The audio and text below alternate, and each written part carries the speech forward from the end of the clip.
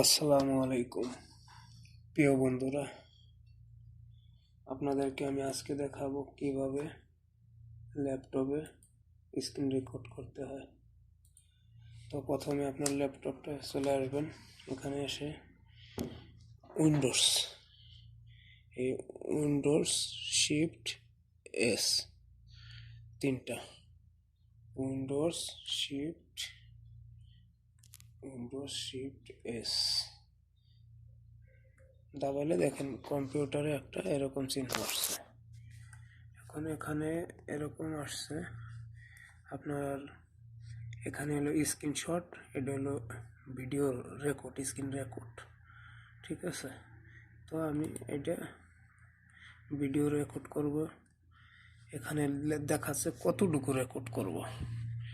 তো আমি এখানে এতটুকু রেকর্ড করব।